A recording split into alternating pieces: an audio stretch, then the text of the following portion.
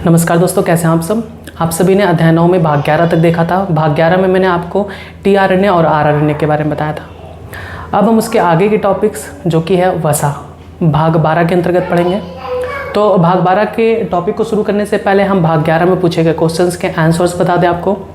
तो भाग 11 में मैंने आपसे सबसे पहला क्वेश्चन किया था कि टीआरएनए की संरचना कैसी होती है 2D में और 3D में। तो 2D में टीआरएनए की संरचना क्लोवर की पत्ती के तरीके से होती है और 3D में एल आकार की होती है। फिर मैंने आपसे पूछा था कि टीआरएनए का कार्य क्या होता है। तो टीआरएनए का कार्य होता है अमीनो अम्लों को लेकर जाकर राइबोसोम्स तक अथवा एमआरएनए तक पहुंचाना। फिर मैंने आपसे तीसरा क्वेश्चन किया था कि राइबोसोमल आरएनए कहाँ पर पाया जाता है। तो राइबोसोमल आरएनए राइबोसोम में पाया जाता है। बस 3 क्वेश्चंस पूछे थे, उसके आंसर्स मैंने आपको बता दिए। अब हम आते हैं भाग 12 के टॉपिक्स पे जो कि है वसा, यानी जिसे इंग्लिश में हम कहते हैं लिपिड। आपने न्यूक्लिक अम्ल पूरी तरीके से पढ़ लिया और न्यूक्लिक अम्ल के बाद आता है आपका टॉपिक वसा, जिसे इंग्लिश में हम लिपिड्स कहते हैं। सबसे पहले तो हम कुछ मुख्य बातें इनके बारे में जानेंगे जो कॉमन है, जैसे कहाँ पाए जाते हैं, क्या यूज़ है इनका। मैंने आपको बताया था कि हमारे भोजन के 3 मुख्य अवयव होते हैं। इसे आप तुरंत रट डालिए, बहुत इंपॉर्टेंट है। हम जो भी भोजन लेते हैं उसमें 3 मुख्य अवयव जरूर पाए जाते हैं, प्रोटीन, कार्बोहाइड्रेट और वसा। प्रोटीन हमारे शरीर का निर्माण करती है, कार्बोहाइड्रेट से हमें ऊर्जा प्राप्त होती है, वसा से भी हमें ऊर्जा प्राप्त होती है लेकिन कार्बोहाइड्रेट से ज़्यादा। ठीक है, आपको मैंने बताया था कि कार्बोहाइड्रेट के 1 ग्राम से कितनी ऊर्जा प्राप्त होती है, बताइए। बता चुका हूँ, 1 ग्राम कार्बोहाइड्रेट से कितनी ऊर्जा प्राप्त होती थी, 4.1 किलो कैलोरी ऊर्जा प्राप्त होती थी। ठीक है, लेकिन वसा से अगर देखें, 1 ग्राम वसा से 9.30 किलो कैलोरी ऊर्जा प्राप्त होती है। मैंने आपको बताया ना, हमारे भोजन का मुख्य अवयव कौन कौन से हैं। 3 मुख्य अवयव हैं, प्रोटीन, कार्बोहाइड्रेट, वसा। प्रोटीन शरीर का निर्माण करता है, शरीर निर्माणकारी तत्व है। कार्बोहाइड्रेट से हमें ऊर्जा प्राप्त होती है जो हमारे विभिन्न जैविक क्रियाओं को करने में महत्वपूर्ण है। 1 ग्राम कार्बोहाइड्रेट से 4.1 किलो कैलोरी ऊर्जा प्राप्त होती है। तीसरा जो मुख्य अवयव है हमारे भोजन का वह है वसा, जो घी, तेल, चर्बी इन सब में पाया जाता है। हम घी, तेल खाते हैं तो उसमें वसा होता है और वसा से हमें ऊर्जा प्राप्त होती है। कितना? 1 ग्राम वसा से 9.30 किलो कैलोरी, यानी कार्बोहाइड्रेट से कहीं ज़्यादा प्राप्त होती है। कितना? लगभग 2.5 गुना, लगभग 2.5 गुना अधिक ऊर्जा प्राप्त होती है कार्बोहाइड्रेट से। मतलब वसा से हमें कार्बोहाइड्रेट की तुलना में लगभग 2.5 गुना अधिक ऊर्जा प्राप्त होती है। ठीक है, तो ये एक इम्पॉर्टेंट पॉइंट वसा के बारे में कि वसा का कार्य क्या है हमारे शरीर में। तो वसा का कार्य है ऊर्जा प्रदान करना, कार्बोहाइड्रेट से भी ज़्यादा ऊर्जा देता है। ये क्वेश्चन इंपॉर्टेंट है, बार बार पूछा जाता है कि हमारे भोजन का वह तत्व बताइए जो सबसे ज़्यादा ऊर्जा प्रदान करता है, तो वो है वसा। फिर वसा कहाँ पाए जाते हैं। तो वसा अगर हम कोशिका के स्तर पर देखें, बाकी अभी हम शरीर में भी बताते हैं, पौधे में, जंतु में कहाँ पाए थे। अगर हम कोशिका के स्तर पर देखें तो मैंने आपको बताया है कि कोशिका का जो बाहरी आवरण होता है जिसे हम सेल मेम्ब्रेन कहते हैं, यानी कोशिका झिल्ली कहते हैं हिंदी में, कोशिका झिल्ली। तो कोशिका झिल्ली में भी वसा पाया जाता है। मैंने आपको बताया था कोशिका झिल्ली में क्या पाया जाता है, प्रोटीन, फिर लिपिड द्विपर्द, कोशिका वाले चैप्टर में आपको बताया था, फिर प्रोटीन। ठीक है, मतलब कोशिका झिल्ली किसकी बनी होती है। कोशिका झिल्ली अगर आप ये देखें तो इसमें प्रोटीन, फिर लिपिड, फिर प्रोटीन, प्रोटीन, लिपिड, फिर प्रोटीन, इस तरह से ये मिलकर बना होता है। तो मतलब कोशिका के कोशिका झिल्ली को बनाने में भी लिपिड का महत्वपूर्ण योगदान है। ठीक है, तो कहाँ पाई जाती है, कोशिका के कोशिका झिल्ली में पाई जाती है। कोशिका के अंदर पाए जाने वाले विभिन्न प्रकार के कोशिकांग जैसे माइटोकॉन्ड्रिया, अंतःप्रद्रव्य जालिका, इन सभी का जो आवरण है, कोशिकांगों का आवरण, मतलब कोशिका के कोशिका झिल्ली में लिपिड पाई जाती हैं। फिर कोशिका में पाई जाने वाले विभिन्न कोशिकांग जो हैं, कोशिकांग के आवरण में भी लिपिड पाए जाते हैं। ये कुछ कॉमन पॉइंट्स हैं वसा के बारे में। ठीक है, 2 पॉइंट आपने पढ़ लिया। वसा का कार्य क्या है, ऊर्जा प्रदान करना। सबसे ज़्यादा ऊर्जा हमें वसा से प्राप्त होती है। कितना? 1 ग्राम वसा से 9.30 किलो कैलोरी। दूसरा कहाँ पाया जाता है? कोशिका स्तर पर। तो कोशिका स्तर पर कोशिका की झिल्ली और कोशिकाओं के आवरण में पाए जाते हैं। अब अगर हम बात करें पौधे में कहाँ पाए जाते हैं, जंतु में कहाँ पाए जाते हैं, तो चलिए देखते हैं। अभी आपको कुछ लिखना नहीं है, मैं लिखवा दूंगा। अभी आपको सिर्फ रटते चलना है, समझते चलना है।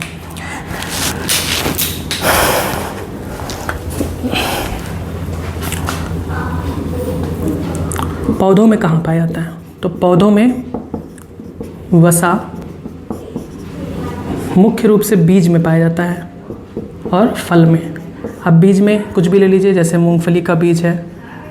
आप देखे होंगे, सुने होंगे, मूंगफली के बीज से क्या निकलता है? तेल निकलता है, मूंगफली का तेल। तो तेल क्या है? वसा। तेल में वसा पाया जाएगा। जितने भी प्रकार के तेल या घी हैं, वनस्पति घी हैं, इन सभी में क्या पाया जाता है? वसा पाया जाता है।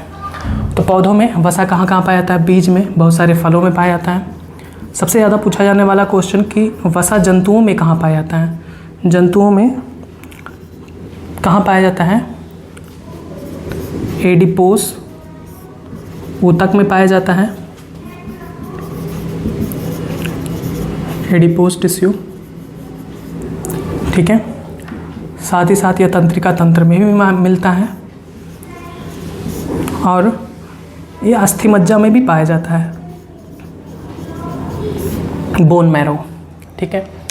आपने देख लिया वसा कहाँ कहाँ पाया जाता है। सबसे ज़्यादा जो क्वेश्चन पूछा जाता है वो ये कि जंतुओं में वसा का संचयन कहाँ होता है? जंतुओं में वसा का संचयन, ये नीट में भी पूछा हुआ क्वेश्चन है। जंतुओं में वसा का संचयन कहाँ पर होता है?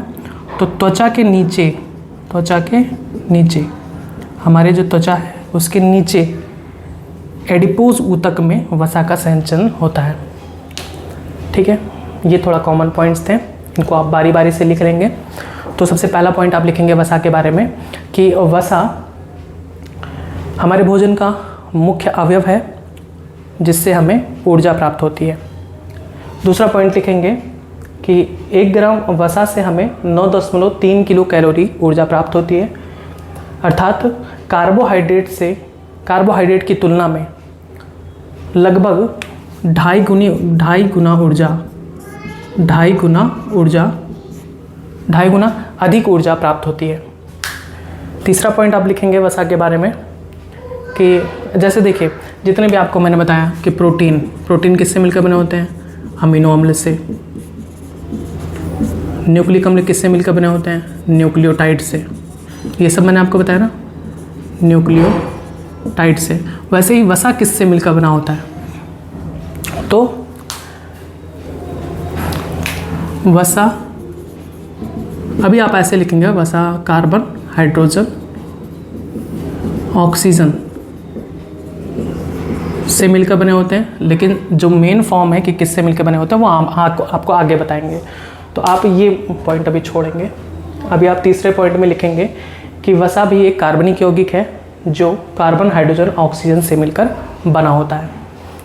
फिर आप लिखेंगे कि कोशिका झिल्ली में वसा पाया जाता है तथा कोशिका में उपस्थित सभी कोशिकाओं का आवरण में वसा पाया जाता है।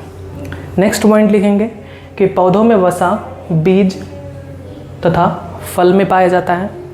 जंतुओं में वसा का संचयन त्वचा के नीचे एडिपोज ऊतक में होता है तथा यह जंतुओं में तंत्रिका तंत्र और अस्थि मज्जा में भी पाया जाता है। इतना पॉइंट आपने लिख लिया। लास्ट पॉइंट इसमें लिखेंगे कि हम अपने भोजन में वसा का सेवन तेल, घी आदि के रूप में करते हैं, बस इतने पॉइंट्स आपको कॉमन लिखने हैं और याद करने हैं। अब हम देखेंगे वसा का संरचना कि वसा किससे मिलकर बना होता है। आपने ये तो पढ़ लिया कि वसा में भी कार्बन, हाइड्रोजन, ऑक्सीजन पाए जाते हैं। अब हम देखेंगे मुख्य रूप से वसा में कौन कौन से तत्व पाए जाते हैं, यौगिक कौन कौन से पाए जाते हैं।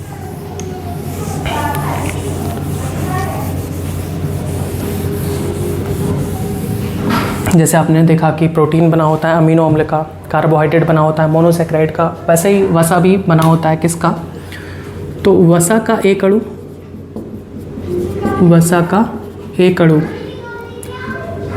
ग्लिसरॉल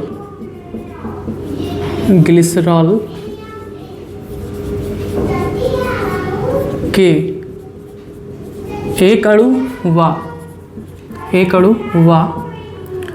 वसा अम्ल के, वसा अम्ल अलग है, वसा अलग है, याद रखेंगे। वसा अम्ल आता है आपका सूक्ष्म जैविक अणु में, और जो आपका वसा है वो आता है वृहद जैविक अणु में। वसा यानी लिपिड्स, वसा अम्ल यानी फैटी एसिड के 3 अणुओं के आपस में जुड़ने से बनता है। 3 अणुओं के आपस में जुड़ने से बनता है, ठीक है। वसा के एक अणु का निर्माण किससे होता है? एक अणु ग्लिसरॉल और 3 अणु वसा अम्ल के। इंपॉर्टेंट है, याद कर लीजिए, पूछा जाता है कि वसा का निर्माण किससे होता है। तो वसा का निर्माण एक ग्लिसरॉल के अणु और 3 वसा अम्ल यानी फैटी एसिड के अणुओं के आपस में जुड़ने से एक वसा का निर्माण होता है। चूँकि इसमें 3 फैटी एसिड और एक ग्लिसरॉल है, इसी वजह से इसे हम क्या कहते हैं, इसीलिए इसे ट्राईग्लिसराइड के एस्टर भी कहा जाता है। ट्राईग्लिसराइड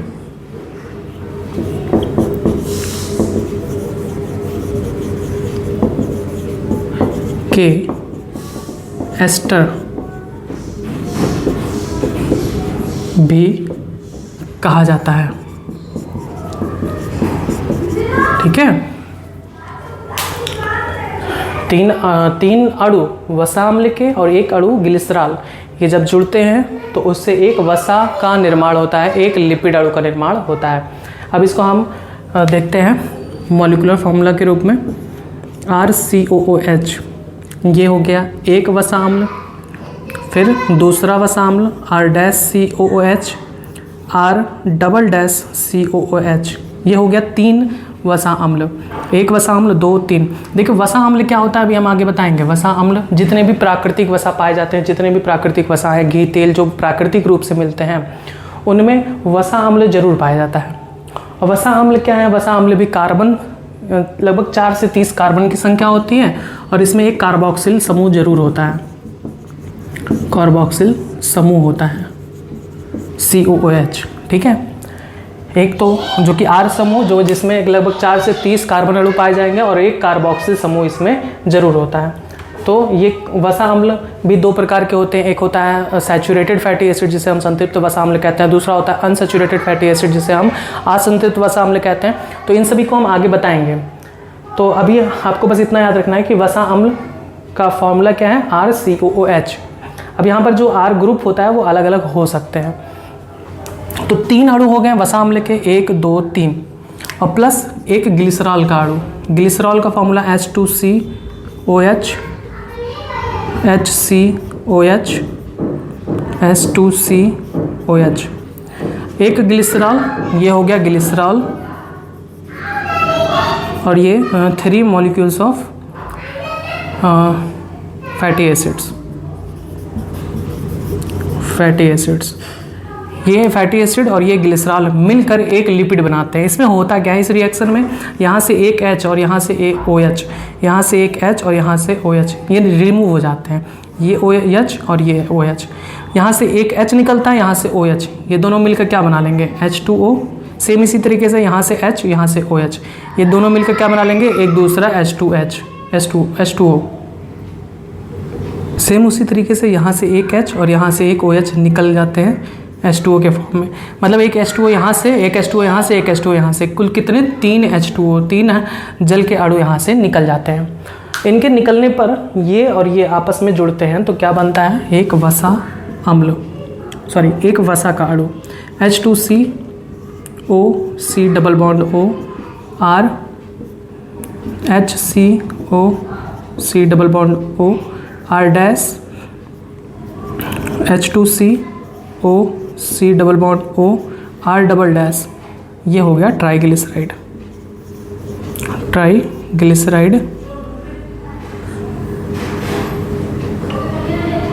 ट्राईग्लिसराइड जिसको हम एक वसा कहेंगे, लिपिड, एक वसा का अणु ऐसे बनता है 3 फैटी एसिड के अणु से और एक ग्लिसरॉल के अणु से, ठीक है। इस प्रक्रिया में 3 जल के अणु निकल जाते हैं।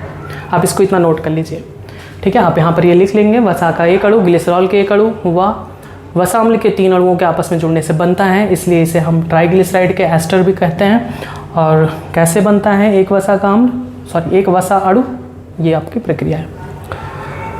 अगर आप इसे डिटेल में समूह के रूप में देखना चाहें, जैसे कि मैंने बताया ना वसा अम्ल क्या है, तो वसा अम्ल में ग्रुप हो सकता है, अलग अलग चेंज हो, लेकिन इसमें कार्बन की संख्या 4 से 30 हो सकती है, बाकी इसमें कार्बोक्सिल समूह जरूर पाए जाएंगे।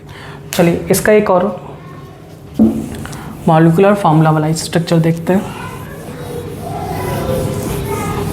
जैसे भी आपको ये चीज़ें क्लियर हो जाए, बस हमारा यही उद्देश्य है। बस आपको समझ में आना चाहिए कि वसा का एक अणु कैसे 3 फैटी एसिड्स और एक ग्लिसरॉल के अणु से मिलकर बना होता है। यहाँ पर हम अब बनाते हैं विस्तृत रूप से। आपने देखा भी कि ग्लिसरॉल के अणु क्या थे, H2C, फिर CH, H2C, फिर यहाँ पर आपका जुड़ा था 3 फैटी एसिड्स जुड़े थे ना।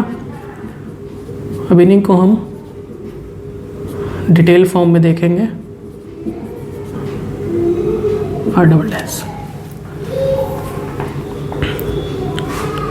CH, H, CH, H, H,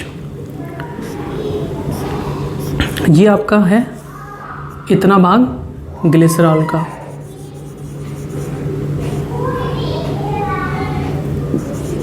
glycerol.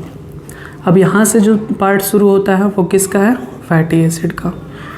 तो यहाँ पर अब R ना लिख के हम फैटी एसिड को पूरी तरीके से उसका जो समूह है वो लिखेंगे, CH2, CH2, CH2, CH2, CH2, long chain of CH2।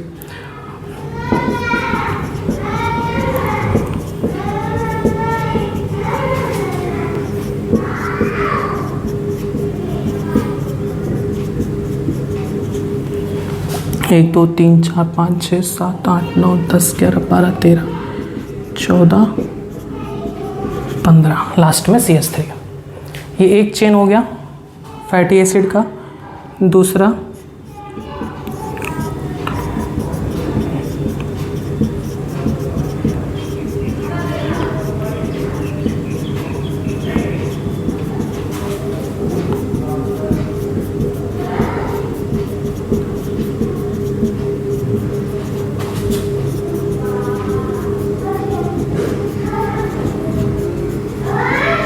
सत्रह, ठीक है। और इसके बाद आखिरी जो चेन है उसको हम थोड़ा डिफरेंट बना दें कि 1 2 3 4 5 6 7। अब यहाँ से CH डबल बॉन्ड CH, यहाँ पे हम डबल बॉन्ड बना देते हैं। आपको बताएंगे अभी वसा अम्ल, हमने 3 वसा अम्ल बनाए ना, एक वसा अम्ल का चेन हो गया, दूसरा वसा अम्ल, तीसरा अम्ल वसा अम्ल। वसा अम्ल भी 2 प्रकार के होते हैं, एक सैचुरेटेड और दूसरा अनसैचुरेटेड। तो ये दोनों जो हैं वो सैचुरेटेड हैं और ये अनसैचुरेटेड है, जिसमें डबल बॉन्ड पाया जा रहा है। अब यहाँ से आप लिखेंगे CH2 CH2 2 3 4 5 6 7। बस ये हो गया एक detailed molecular formula of lipid. इसमें यहाँ से यहाँ तक का जो पार्ट है वो ग्लिसरॉल है और यहाँ से लेकर यहाँ तक का पार्ट क्या है, 3 फैटी एसिड्स का है। 3 फैटी एसिड्स, इसे हम क्या कहेंगे, लिपिड मॉलिक्यूल। बात समझ में आई, ठीक है। अब हम पढ़ेंगे वसा अम्ल के बारे में कि ये क्या है वसा अम्ल, वसा अम्ल कितने प्रकार के होते हैं, वसा अम्ल के उदाहरण क्या हैं, इन सभी के बारे में पढ़ेंगे। तो वसा अम्ल आपने देखा सिंपली कि वसा अम्ल क्या है। वसा अम्ल 4 से 30 कार्बन अणु व एक कार्बोक्सिल समूह COOH, एक कार्बोक्सिल समूह से मिलकर बना होता है, कार्बोक्सिल समूह। वसा अम्ल, वसा किससे मिलकर बना, अगर हम यहाँ पर अब लिख सकते हैं ना, वसा बराबर क्या, ग्लिसरॉल प्लस वसा अम्ल। वसा बराबर क्या है, एक अणु ग्लिसरॉल का, ग्लिसरॉल 1 प्लस वसा अम्ल यानी फैटी एसिड कितने मॉलिक्यूल्स? 3। तो ग्लिसरॉल के बारे में क्या पढ़ना? ग्लिसरॉल का तो आप फॉर्मूला देख ही लिया। हमें पढ़ना है वसा अम्ल के बारे में। इन्हीं के अकॉर्डिंग, इन्हीं के कारण वसा अलग अलग प्रकार के होते हैं, क्योंकि वसा अम्ल भी अलग अलग प्रकार के होते हैं। वसा अम्ल क्या है? तो वसा अम्ल 4 से 30 कार्बन परमाणु की एक श्रृंखला है जिसमें एक कार्बोक्सिल समूह पाया जाता है। वसा अम्ल 2 प्रकार का होता है। वसा अम्ल 2 प्रकार का, एक होता है संतृप्त वसा अम्ल, संतृप्त वसा अम्ल, जिसे इंग्लिश में हम क्या कहते हैं? संतृप्त वसा अम्ल को saturated fatty acid, saturated fatty acids. और फिर सेकंड होता है असंतृप्त वसा अम्ल, असंतृप्त वसा अम्ल, जिसे इंग्लिश में कहा जाता है अनसैचुरेटेड फैटी एसिड। ठीक है, सिंपल, जैसा आपने केमिस्ट्री में पढ़ा था हाइड्रोकार्बन्स के बारे में, एल्केन, एल्कीन और एल्काइन।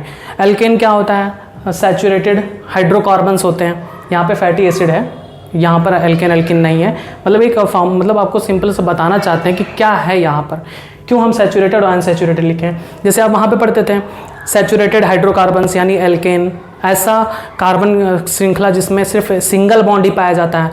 तो यहाँ पर भी जो फैटी एसिड्स हैं वो सैचुरेटेड इसीलिए कहलाती हैं क्योंकि इसमें कोई भी डबल बॉन्ड नहीं होता, कोई भी डबल या ट्रिपल बॉन्ड नहीं होता, यहाँ पर सिर्फ और सिर्फ सिंगल बॉन्ड ही होता है। तो ऐसा वसा अम्ल जिसमें कार्बन के बीच सिर्फ एक सिंगल बॉन्ड होता है, ऐसे वसा अम्ल के चेन को हम क्या कहते हैं? संतृप्त वसा अम्ल, संतृप्त वसा अम्ल। यानी जो पहला वाला आप देख रहे हैं ये श्रृंखला, ये जो वसा अम्ल है वो संतृप्त वसा अम्ल है। ठीक है, मतलब ऐसा वसा अम्ल जिसमें सिर्फ और सिर्फ सिंगल बॉन्ड पाया जाए, कोई भी डबल या ट्रिपल बॉन्ड नहीं पाया जाए, ऐसे वसा अम्ल को हम क्या कहते हैं? संतृप्त वसा अम्ल। यहाँ पर देखिए, यहाँ पर भी कार्बन के बीच जितने भी बॉन्ड हैं सब सिंगल हैं, सब सिंगल हैं, इसलिए ये भी क्या है? संतृप्त वसा अम्ल का उदाहरण है, संतृप्त वसा अम्ल। यानी ऐसा कार्बन श्रृंखला जिसमें सिर्फ सिंगल बॉन्ड हो। अगर यहाँ पर आप देखें तो यहाँ पर सिंगल बॉन्ड, लेकिन यहाँ पर देखिए डबल बॉन्ड हो गया। तो ऐसा वसा अम्ल जिसमें डबल बॉन्ड पाया जाए या ट्रिपल बॉन्ड पाया जाए, तो ऐसे वसा अम्ल को हम क्या कहते हैं? असंतृप्त वसा अम्ल, अनसैचुरेटेड फैटी एसिड। ऐसे ही आपने पढ़ा था अनसैचुरेटेड हाइड्रोकार्बन्स में, हाइड्रोकार्बन्स एल्कीन और एल्काइन, जिसमें आपको डबल और ट्रिपल बॉन्ड दिखाई दिया था। तो वैसे यहाँ पर भी असंतृप्त वसा अम्ल ऐसे फैटी एसिड जिसमें डबल या ट्रिपल बॉन्ड पाए जाते हैं, तो ऐसे वसा अम्ल को हम क्या कहते हैं? असंतृप्त या अनसैचुरेटेड फैटी एसिड। समझ में आ गया? इंपॉर्टेंट पॉइंट ये है कि संतृप्त जो वसा अम्ल होते हैं उनमें सिंगल बॉन्ड पाया जाता है और इसीलिए इनका जो गलनांक है यानी मेल्टिंग पॉइंट है वो काफ़ी अधिक होता है, और इसी वजह से ये रूम टेम्परेचर यानी 25 डिग्री सेल्सियस पर क्या होते हैं? अर्ध ठोस अवस्था में होते हैं। जो घी वगैरह होता है ना, ठोस अवस्था में होता है, वो संतृप्त वसा अम्ल है। और चूँकि संतृप्त वसा अम्ल, इनके सेवन से रुधिर में कोलेस्ट्रॉल बढ़ता है, तो ये हमारे शरीर के लिए हानिकारक भी है। इसीलिए बोला जाता है कि तेल, घी, जो भी घी है, वनस्पति घी, इन सब का सेवन थोड़ा कम करना चाहिए, क्योंकि इनकी वजह से रुधिर में कोलेस्ट्रॉल की मात्रा बढ़ती है। तो जब कोलेस्ट्रॉल बढ़ेगा तो ब्लड प्रेशर भी बढ़ेगा, ये सारे रीजंस होते हैं। तो संतृप्त वसा अम्ल जो कि सैचुरेटेड फैटी एसिड जिसमें सिर्फ सिंगल बॉन्ड पाए जाते हैं, इनका गलनांक मेल्टिंग पॉइंट अधिक होता है। ये रूम टेम्परेचर यानी 25 डिग्री सेल्सियस पर अर्ध ठोस अवस्था सेमी सॉलिड फॉर्म में होते हैं, और इनके सेवन से रुधिर में कोलेस्ट्रॉल की मात्रा बढ़ती है। असंतृप्त वसा अम्ल में डबल बॉन्ड या ट्रिपल बॉन्ड पाया जाता है, इसी वजह से इनका जो गलनांक है, मेल्टिंग पॉइंट है, वो मेल्टिंग पॉइंट काफ़ी कम होता है, और इसी वजह से ये तेल की अवस्था में होते हैं, लिक्विड फॉर्म में होते हैं, ऑयल के फॉर्म में होते हैं, तेल की अवस्था में होते हैं। इनके सेवन से रुधिर में कोलेस्ट्रॉल की मात्रा नहीं बढ़ती। ठीक है, इनके सेवन से रुधिर में कोलेस्ट्रॉल की मात्रा नहीं बढ़ती, लेकिन संतृप्त वसा अम्ल के सेवन से रुधिर में कोलेस्ट्रॉल की मात्रा बढ़ती है। बस आप अब हेडिंग डालेंगे वसा अम्ल, वसा अम्ल। और वसा अम्ल में आप लिखेंगे पहला पॉइंट, प्राकृतिक वसा, मतलब जितने भी प्राकृतिक वसा हैं, जैसे मूंगफली के तेल में या आप कोई भी वनस्पति घी में, जहाँ पर भी जो प्राकृतिक रूप से वसा मिल रहा है उसमें वसा अम्ल तो जरूर पाए जाते हैं। तो आप लिखेंगे पहला पॉइंट, प्राकृतिक वसा में वसा अम्ल जरूर मिलता है। वसा अम्ल 4 से 30 कार्बन अणु वाले सीधी कार्बन श्रृंखला होती हैं, जिनमें एक कार्बोक्सिल समूह COOH जरूर पाया जाता है। वसा अम्ल दो प्रकार का होता है। अब आप पहला हेडिंग डालेंगे, ऐसे लिख लेंगे, वसा अम्ल दो प्रकार का होता है। पहला संतृप्त वसा अम्ल सैचुरेटेड फैटी एसिड, दूसरा असंतृप्त वसा अम्ल या अनसैचुरेटेड फैटी एसिड। अब हम पहले एक एक को बारे में पढ़ेंगे। तो सबसे पहला आप हेडिंग डालेंगे संतृप्त वसा अम्ल या सैचुरेटेड फैटी एसिड, और इसमें आप लिखेंगे इनमें कोई भी द्विसंयोजी बंध यानी कोई भी डबल बॉन्ड नहीं पाया जाता, अर्थात इनका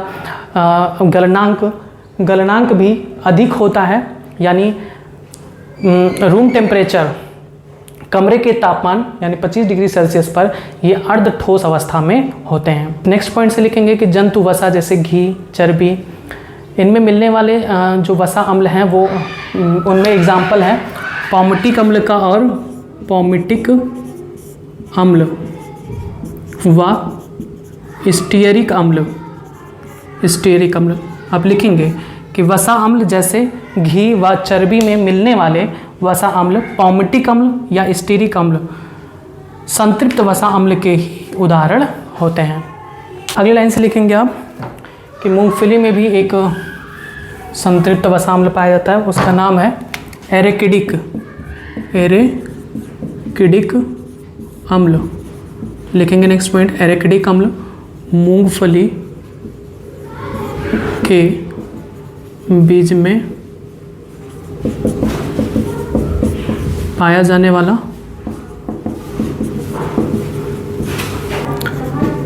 संतृप्त वसा अम्ल का उदाहरण है। ठीक है, तो एरेकिडिक अम्ल जो होता है, एरेकिडिक अम्ल मूंगफली के बीज में पाया जाने वाला संतृप्त वसा अम्ल होता है। तो आप इसको ऐसे भी लिखेंगे, ऐसे भी लिख सकते हैं कि संतृप्त वसा अम्ल के उदाहरण आपको जितने भी बताया हमने, पॉमिटिक एसिड, स्टेरिक एसिड जो कि जंतु वसा में पाया जाता है, दूसरा एरेकिडिक अम्ल। तो आप ऐसे लिख सकते हैं संतृप्त वसा अम्ल के उदाहरण। आपको बताया ना पॉमिटिक अम्ल, दूसरा हमने आपको बताया स्टीयरिक अम्ल। ये दोनों जंतु वसा हैं, जंतुओं में पाए जाते हैं। ऐसे भी क्वेश्चन पूछा जा सकता है कि जंतु वसा का उदाहरण बताइए, ये कहाँ पाए जाते हैं, घी, चर्बी, इन सभी में पाए जाते हैं। दूसरा एरेकिडिक अम्ल, एरेकिडिक अम्ल ये भी क्या है, संतृप्त वसा है जो कहाँ पाया जाता है, पौधों में यानी मूंगफली के बीज में पाया जाता है। बस अब एक स्टार बना के एक पॉइंट लिखेंगे कि संतृप्त वसा अम्ल के सेवन से मानव रुधिर में कोलेस्ट्रॉल की मात्रा बढ़ जाती है। बस ये हो गया संतृप्त वसा अम्ल के बारे में। अब आप दूसरा हेडिंग डालेंगे असंतृप्त वसा अम्ल, असंतृप्त वसा अम्ल, इंग्लिश में अनसैचुरेटेड फैटी एसिड। अब इसमें लिखेंगे कि इनमें एक या एक से अधिक द्विसंयोजी बंध का मतलब डबल बॉन्ड, द्विसंयोजी बंध यानी डबल बॉन्ड पाए जाते हैं, डबल बॉन्ड पाए जाते हैं।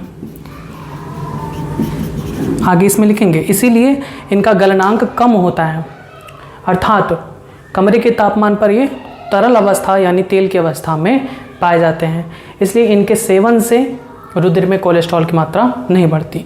बस अब आप लिखेंगे इनके उदाहरण। असंतृप्त वसा अम्ल के उदाहरण में आप लिखेंगे पहला उदाहरण ओलिक अम्ल, एक एग्जाम्पल, दूसरा लिनोलीक अम्ल, तीसरा लिनोलिनिक अम्ल। ये तीन एग्जाम्पल हैं असंतृप्त वसा अम्ल के। ठीक है, बस तो बस आपके भाग 12 में इतना ही। आज के टॉपिक में वसा के बारे में हो गया, वसा की संरचना कैसे बनता है, वसा के प्रकार। वसा का भी अलग वर्गीकरण किया गया है, इसके 3 प्रकार होते हैं, तो उसके बारे में मैं आपको अगले भाग 13 के अंतर्गत बताऊंगा। फिलहाल इस टॉपिक से रिलेटेड कुछ क्वेश्चंस हैं जिनके आंसर्स आप दे दीजिए, और आंसर देने के बाद थोड़ा वेट करिएगा, मैं जल्दी इसके आगे का पार्ट बताऊंगा जो कि होगा वसा का वर्गीकरण। तो पहला क्वेश्चन है मेरा इस टॉपिक से, वसा का हमारे शरीर में क्या उपयोग है। दूसरा, जंतुओं के शरीर में वसा का संचयन कहाँ पर होता है। तीसरा, मूंगफली में मिलने वाले वसा अम्ल का नाम बताइए। चौथा, 1 ग्राम वसा से कितनी ऊर्जा प्राप्त होती है। पांचवा, एक वसा यानी लिपिड के अणु का निर्माण किन किन अणुओं से मिलने से होता है। नेक्स्ट क्वेश्चन, किस वसा अम्ल के सेवन से रुधिर में कोलेस्ट्रॉल की मात्रा बढ़ती है। बस इतने क्वेश्चंस के आंसर आप जल्द से जल्द कमेंट बॉक्स में दीजिएगा, थोड़ा वेट करिएगा, मैं इसके आगे के टॉपिक्स को जल्द से प्रोवाइड करूँगा। ठीक है, जुड़े रहें बायोलॉजी इन हिंदी चैनल के साथ। धन्यवाद।